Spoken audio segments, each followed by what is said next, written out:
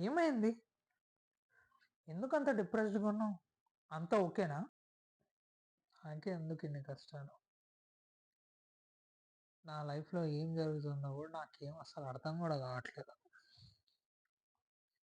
చూడు మిత్రమా, ఇదంతా పాస్ట్ లైఫ్ కర్మ.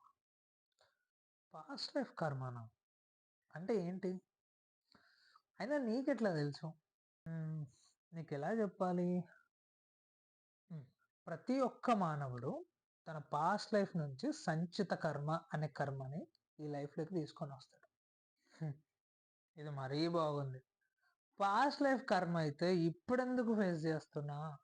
సంచిత కర్మ అంటే నీ పాస్ట్ లైఫ్స్ అన్నీ కలిపి ఫార్మ్ అయిన కర్మ అని సంచిత కర్మ అంటారు. ఆ కర్మలో కొంత భాగం ఈ లైఫ్‌కి ట్రాన్స్‌ఫర్ అవుతుంది. దాన్నే ప్రారబ్ధ కర్మ అంటారు. ప్రారబ్ధ కర్మ నుంచి మనం తప్పించుకోలేం. అది పక్కా జరిగి తీరుతుంది. అది జరిగి తీరాల్సిందంతే. ప్రారబ్ధ కర్మ. నాకేం అర్థం కావట్లేదు. ఇలాంటివి నేను అస్సలు నమ్మను. సరే, సరే దీనికి ఆన్సర్ చెయి. ఇన్ని కోట్ల మంది జనాభాలో నువ్వెందుకు వాళ్ళిద్దరిని పేరెంట్స్‌గా చూజ్ చేసుకున్నావు? ఇది ఎప్పుడైనా ఆలోచించావా? హ్మ్. తెలీదు. పోనీ నువ్వు కొంతమందిని కలుస్తావు గదా! నువ్వెందుకు అదే టైంలో ఆ పర్టిక్యులర్ టైంలో కలుస్తావు? సరే, అది గూడా వదిలేసేయి.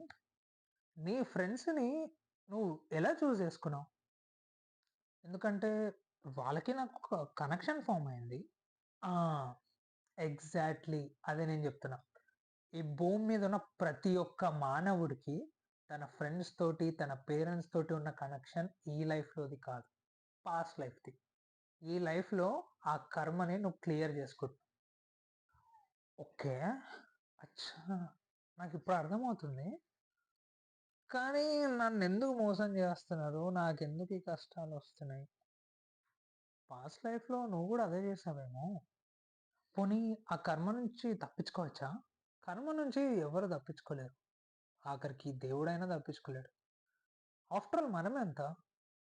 నేచర్‌కి బాగా తెలుసు. అది ఎవ్వరికి, ఎప్పుడు, ఎలా ఇవ్వాలో. అవునా! పోనీ ఆ కర్మని ఎట్లైనా తగ్గించొచ్చా? కర్మ నుంచి నువ్వు తప్పించుకోలేకపోవచ్చు గానీ, యాహ్! కర్మ యొక్క ప్రభావాన్ని నువ్వు తగ్గించొచ్చు. ఆ! ఎలా చేయొచ్చు? Surrender to the divine.